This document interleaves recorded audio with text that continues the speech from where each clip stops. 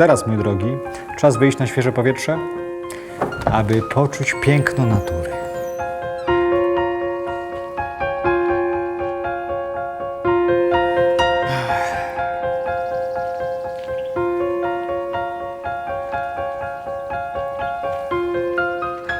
A gdzie się podział zamek? Nie przejmuj się tym. Idziemy. Zobacz, braciszku, jest tak bezwiecznie, że nawet liść nie drgnie. A co dokładnie masz na myśli?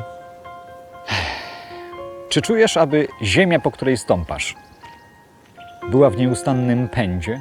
Co mówią ci zmysły? Że jest w spoczynku. Dokładnie.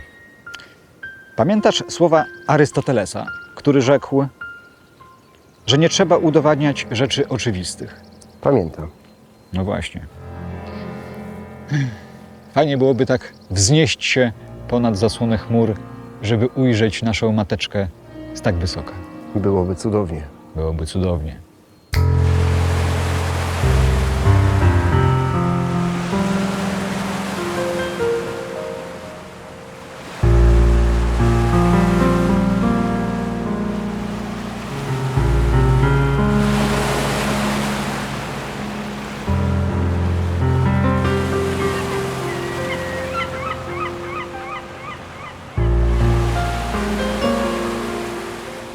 Witam, mości panie. A witam szanownego pana. A cóż pan tutaj robi? Panie, czynię obserwację za pomocą tej tak zwanej lunety. To jest taka tuba z soczewkami szklanymi w środku. Niesamowite. A czym się pan zajmuje? Studiuję różnorakie zjawiska fizyczne. Bardzo dobrze się składa. No i cóż widać?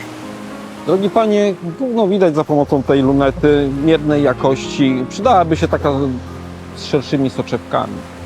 Nie dziwię się, ale tak się składa, że O. tuż obok mamy świetny sprzęt optyczny.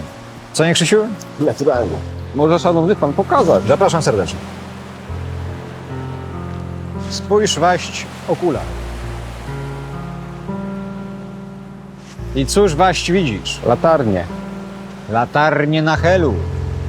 Latarnia na helu powinna skrywać się za horyzontem. Powinny, ale tak nie jest. Zdaje się, że powszechnie znane teorie powinny mieć rangę hipotez. I z tym się zgadzam.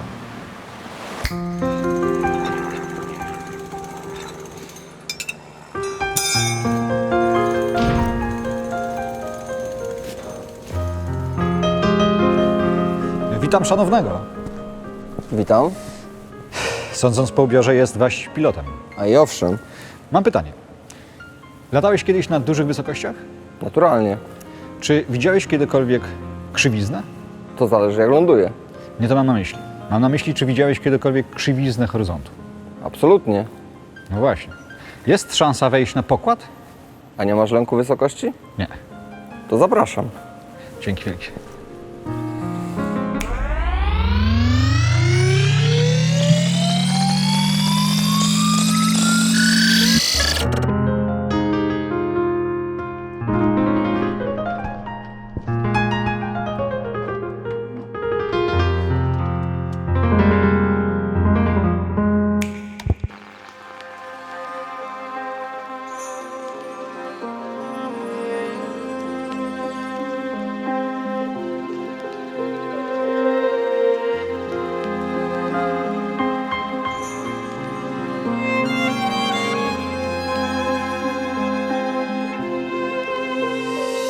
Heliocentryzm, ciężka jak ołów iluzja, próżna jak księga bez treści, jak tron bez króla. Działa pod płaszczem percepcji w celu oszustwa. W głowie się nie mieści, iż prawdą stała się złuda. Jezuitom zależało na kontroli, nie na prawdzie. A człowiek byle czym się zadowoli, choć w pułapce tkwi jak mysz w klatce. Uwierzył w nieskończoność, a ta miała mysz tę połknąć, zakotwiczyć w tej bajce. O pustce przestrzeni, co zastąpiła boskość, choć to ideologizm nigdy nie udowodniono. Nie, by był prawdziwy. Worek hipotez, jakże zdradliwy wobec prawideł ze starych bibliotek, starszych niż Marzillo Ficino, ten co przekształcił w duchu chrześcijańskim Trismegistusa, czyniąc symbol dosłownością. Regres rozpoczął manifest, co wyszedł spod jego pióra. Słońce to świadomość jaśniejąca w centrum człowieka, a dla nieba jest zasadą światła. Jego wędrówka przez niebo to ruch umysłu podążającego przez cykle poznania. Ziemia, sercem świadomości, luminarze krążą nad nią od pierwszego tchnienia Boga. Tak jak myśli i energie krążą niezmiennie wokół ziemskiego obserwatora. Ziemia jest ciałem Stwórcy, niebo umysłem wygnana, wręcz brutalnie na peryferię. To był początek rozdzielenia człowieka z Matką Ziemią jako sercem. Heliocentryzm zrodził się z teologii czysto solarnej, nie z astronomii mechanicznej. Nawet mądrości wedyjskiej astrologii nie przewidziały tak skrajnej rewolucji metafizycznej. Kopernik przeniósł Słońce z wymiaru duchowego do geometrycznego, dokonując translacji symbolów. Materię ten stał się fundamentem obecnego świata pogrążonego w otchłani. Nieco później Giordano Bruno próbował odwrócić ten proces. Został spalony na stosie. Tak uciszano tych zwanych heretykami. Nie da się ukryć prawdy, gdy masz ją nad głową i pod stopami. Ficino, twórca swej wizji, w rezultacie bredny. Kopernik przy nim to powiernik tychże idei. Zakonu cieni drżeli przed boskością, bo wiedzieli, jakie konsekwencje na garb wzięli i z pewnością pokutują za to, cierpiąc męki. Odwrócili swą ideą wymiar ziemski. Dzięki temu człowiek stracił centralność egzystencji i tą propagandą do dziś karmią nas wielcy uczeni, wprawdzie zniewoleni, przebąkując dyrdymały jakby opium. Odurzeni recytują dyktowany tekst, napisany ręką diabła, wyrachowany, który skradł promienie światła.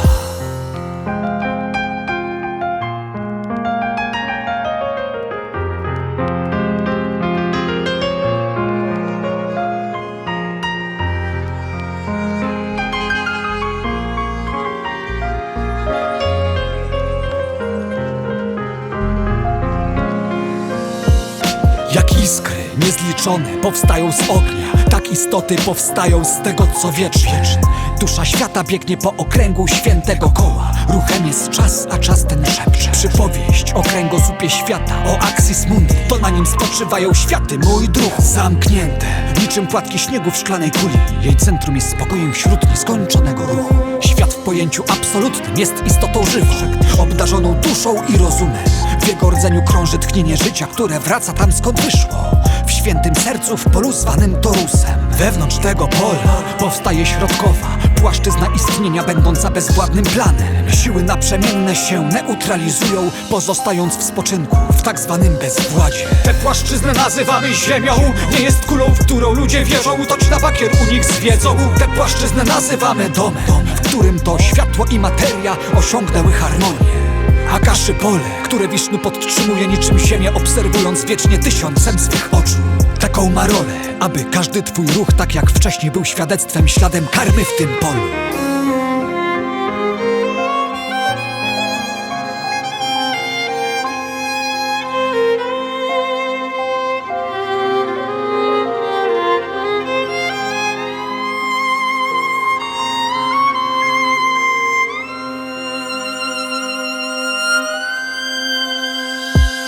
Obecnie nauka zastąpiła religię. Nie można wątpić w nią, lecz można wątpić w boskość. Nawet nie wiecie, jaką wyrządzamy krzywdę własnemu duchowi, co oślepł poprzez obcą siłę tworzącą te dogmaty fałszywe, wspierane masońską gnozą jak grzewy zbyte. Dwóch filarów, co podpierały świątynię człowieczeństwa, światła i cienia boskich prawideł. Ideologia ponad rzeczywistością. Nie ma tego, co widać, lecz jest to, co się myśli. To zaprowadziło człowieka do miejsca, w którym słuchy chodzą, iż niemożliwe staje się możliwym. Błędnie interpretowana kosmologia przodków zapoczątkowała duchowy upadek. Ludzkość straciła wiarę, straciła ją z oczu, choć się przejawia wszelki natury aspekt. W każdej świątyni, czy w gotyckim sklepieniu, w układzie liścia, czy w płatku kwiatu, znajdziesz świętą geometrię, co trwa w milczeniu, nigdy nie znikła. Podlega prawu najwyższemu spośród wszystkich, co współistnieją w tym kole czasu, w którym przebywasz na planie materialnego lasu, zrodzonym z prany, o natchnieniem Brahmana, przyczyny życia.